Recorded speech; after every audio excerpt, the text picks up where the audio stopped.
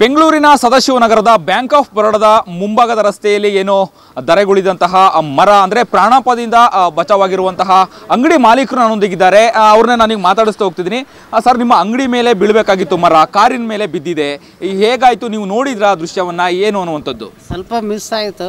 Miss ಆಗಿ ಈ ಕಡೆ ಬೀಳೋದು ಆ ಕಡೆ ಬಿದ್ದೋಯ್ತು ಅಷ್ಟೇ. ನಾವು ಏನು ಮಾಡೋಕ್ಕಾಗಲ್ಲ. ಈ ಕಡೆ ಬಿದ್ದಿದ್ರೆ ನಾವು ಏನು ಮಾಡೋಕ್ಕಾಗ್ತಾ ಇರಲ್ಲ, ಆ ಕಡೆ ಬಿತ್ತು. ಓಕೆ, ಈ ಎಷ್ಟು ಗಂಟೆ ಸುಮಾರಿಗೆ ಆಯಿತು ಸರ್ ಈ ಒಂದು ಮರ ಬಿದ್ದಿರುವಂಥದ್ದು? ನೋಡಿಲ್ಲ, ಒಂದು 3 ಗಂಟೆ, 3:30, 4 ಗಂಟೆ ಅನ್ಬೋದು. 4 ಗಂಟೆಯಲ್ಲಿ ಬಿದ್ದಿದೆ. ಅಂದರೆ ಆ ಕಾರಲ್ಲಿ ಯಾರಾದರೂ ಇದ್ರಾ, ನಿಲ್ಲಿಸಿ ಹೋಗಿದ್ರಾ ಅಥವಾ ಹೇಗೆ ಅಂತ? ಪಾರ್ಕಿಂಗ್ ಮಾಡಿದ್ದಾರೆ, ಯಾರಿಲ್ಲ. ಅವರು ಪಾರ್ಕಿಂಗ್ ಮಾಡಿದ್ದಾರೆ. ಅವ್ರು ಬಂದು ನೋಡ್ಕೊಂಡು ಹೋಗಿದ್ದಾರೆ. ಪೊಲೀಸವರೆಲ್ಲ ಬಂದು ಸ್ಟೇಟ್ಮೆಂಟ್ ತೊಗೊಂಡು ಹೋಗಿದ್ದಾರೆ. ಅವರು ಸ್ಟೇಷನ್ಗೆ ಹೋಗಿದ್ದಾರೆ. ಅವರು ಕಾರ್ನವರು ಇದ್ರು, ಇಷ್ಟೊತ್ತಿಲ್ಲೇ ಇದ್ರು.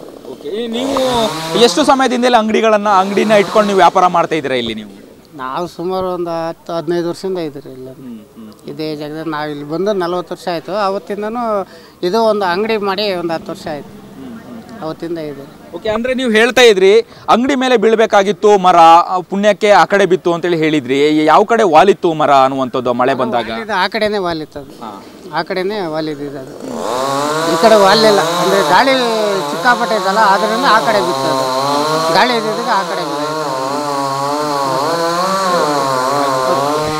ಇದಿಷ್ಟು ಪ್ರತ್ಯಕ್ಷದರ್ಶಿ ಅಂದರೆ ಅಂಗಡಿಯ ಮಾಲೀಕರು ಹೇಳುವಂಥದ್ದು. ಅಂದರೆ ಕೂದಲೆಳೆಯಲ್ಲಿ ನಾವು ಪ್ರಾಣಾಪಾಯದಿಂದ ಬಚಾವಾಗಿದ್ದೀವಿ. ಅಂದರೆ ಎಡಭಾಗಕ್ಕೆ ಬಿತ್ತು ಮರ, ಹಾಗಾಗಿ ನಾವು ಬಚಾವಾಗಿದ್ದೀವಿ. ಬಲಭಾಗಕ್ಕೆ ಬಿದ್ದಿದ್ರೆ ಮರ, ಬಲಭಾಗಕ್ಕೆ ಬಿದ್ದರೆ ನಮ್ಮ ಅಂಗಡಿ ಮೇಲೆ ಬೀಳಬೇಕಾಗಿತ್ತು. ಅಂದರೆ ನಾವು ಕೂದಲೆಳೆಯಲ್ಲಿ ನಾವು ಬಚಾವಾಗಿದ್ದೀವಿ ಅನ್ನೋಂತಹ ಮಾತನ್ನು ಪ್ರತ್ಯಕ್ಷದರ್ಶಿ ಅಂಗಡಿಯ ಮಾಲೀಕರು ಹೇಳುವಂಥದ್ದು.